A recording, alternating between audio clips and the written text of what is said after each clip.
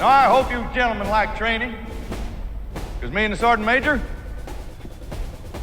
we love it.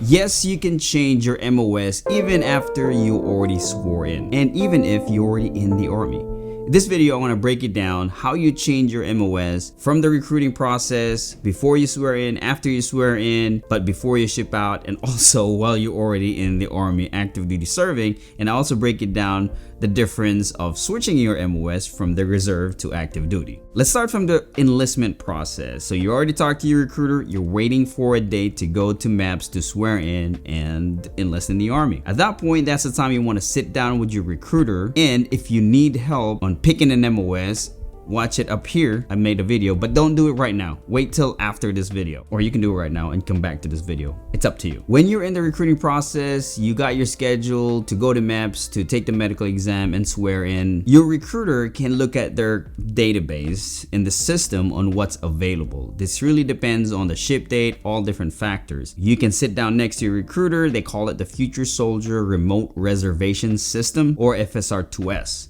So you sit down with your recruiter, you pick a job, you'll see all the jobs that are available that you qualify based on your ASVAB and the ship date, and also if you qualify for secure clearance. Within that system, they'll be able to show you the ship dates, what incentives, whether it comes with cash bonuses, duty location, your first duty location, and also options, whether it's airborne ranger. All that great information is available to you with your recruiter. What if the job that you actually want does not show up with your recruiter? Can we still get it? Sure, absolutely. So what you need to do is just tell your recruiter, hey, I love those jobs, but based on my research and based on the video that you watch in this channel, you really want a different job. So the recruiter will make some phone calls. They'll call their station commander or their first sergeant or their operations sergeant major, and they will make it happen.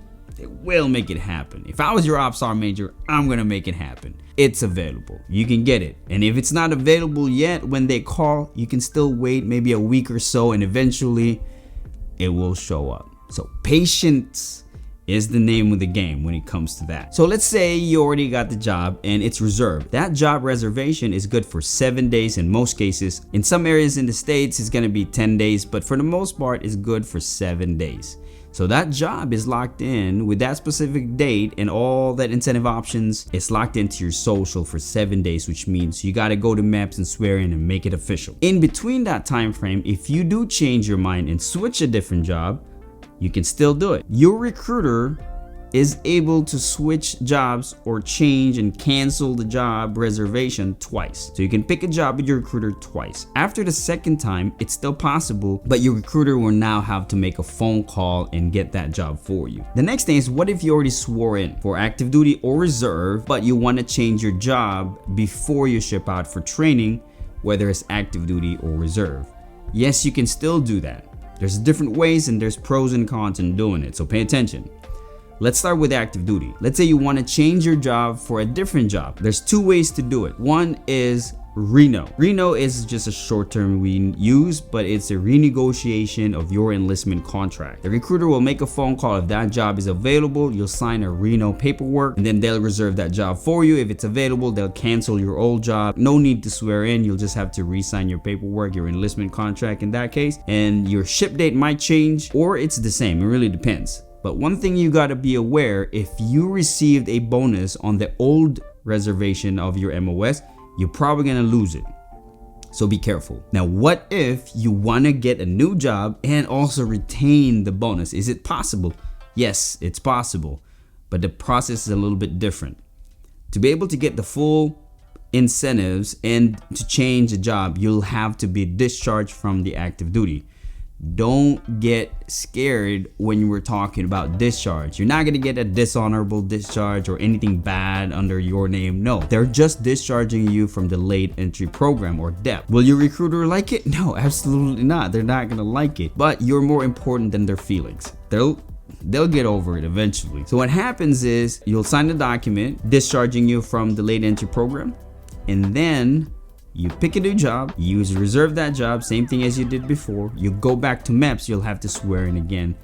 And then your ship date might change, or it could be the same, depending really on the training that's available on the new job. And if that new job has bonuses, you still get those bonuses. Now, what if you swear in the reserves and you want to switch your job? It's a little bit different. Doing this in active duty is pretty much instant, because after they discharge you in active duty, they can put you back in an active duty the next day. Well, realistically, maybe a few days, because you got to schedule everything. There's no minimum or waiting period once you get discharged from delayed entry program, which is active duty, and to enlist again, just different job. However, in the reserve is a lot more different. There's two ways you can switch your job in the reserve. Number one is a reno. All you got to do is reno again, and the same thing applies. You might lose some options, but you can get the job you want. So you'll sign just a document to reno you on a different MOS. Your ship date may change, or it's the same and you're good. However, if you want to keep the bonuses, have the bonuses, and you dep loss in the reserve, there is a 6-month wait. It's not like active duty that's it's instant. After you get dep loss in active duty, you can just join right back in. Reserve, you have to wait 6 months, so be careful on the reserve. What if you're in the reserve already and you're waiting to ship out for training, but you change your mind, you want to go active duty? Yes, you can. However, it also involves a waiting period. You can't just dep loss from the reserve and just switch over to active duty. You gotta wait 6 months. There are exceptions to policies that they could run. However, you have to wait at least half that time, which is 3 months. So just be careful on getting discharged in the reserves before you go ship for training. All right, so now you finished basic combat training in AIT and you're actually active duty Army. I'm gonna start active duty first, and I'm gonna go over the reserve. So while you're in active duty, let's say you signed up for 3 years. Let's just use that as an example. There's a few ways to change your MOS while you're in active duty. The first one is re-enlistment. Find who is the re-enlistment NCO in the base or in your unit, because there's always going to be one assigned, and just talk to them about your options. To simplify things, if you enlisted in a 36 months contract, you got to look at what is the re-enlistment window. That re-enlistment window will tell you when you can apply for new options. It changes every now and then. It changes every month or every quarter. No way of telling. Currently, it's about 15 months from your end of service. So I know they talk about MSO of 8 years. Don't worry about the IAR because that doesn't count. Let's say you signed up for 3 years, your IAR for 5 years. Don't worry about that 5 years. That IAR does not count for shit unless there's World War III happen, they can call you back in, but it doesn't count for retirement points. It doesn't count for anything. Just look at your active duty contract service, which is 3 years. You take the 15 months from your 3 years, which is 36 months, minus it, you'll have about 21 months, so a little under 2 years. So which means during that time you are open for re-enlistment, and therefore picking a new MOS, or what we call reclassification, is an option to you. Now, there's a lot more detail that goes into it, which is the in and out calls that you're going to be talking to your attention NCO.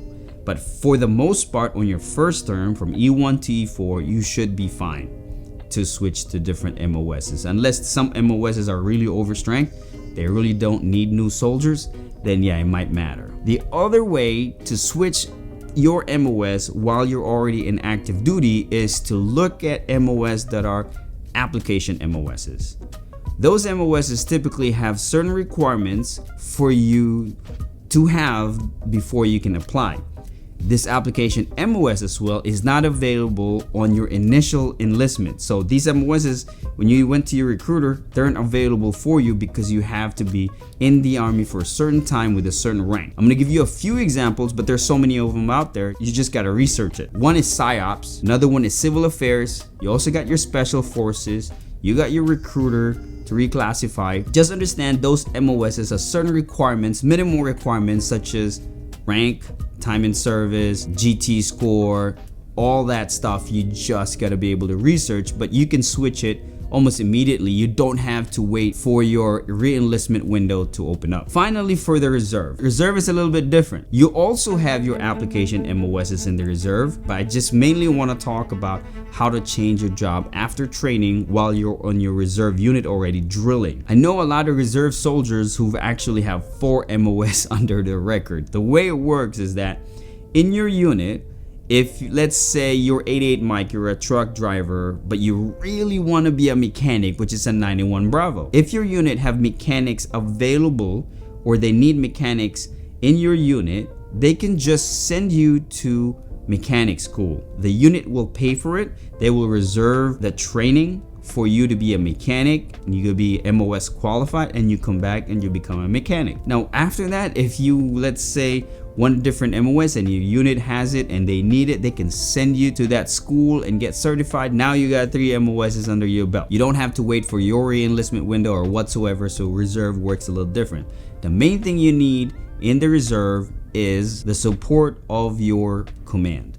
As long as they support you, you communicate your intent, and they have the need for it, they will be able to send you to school. I know that's a lot of information, but in an essence, I want you to understand that you can switch MOSs at different points of your Army life. You can do that. Watch this video next if you need help on picking an MOS, because you also have to consider promotions. Stay new, have the new guy mentality so you can absorb a lot more information, and thanks for watching. I'll catch you in the next video.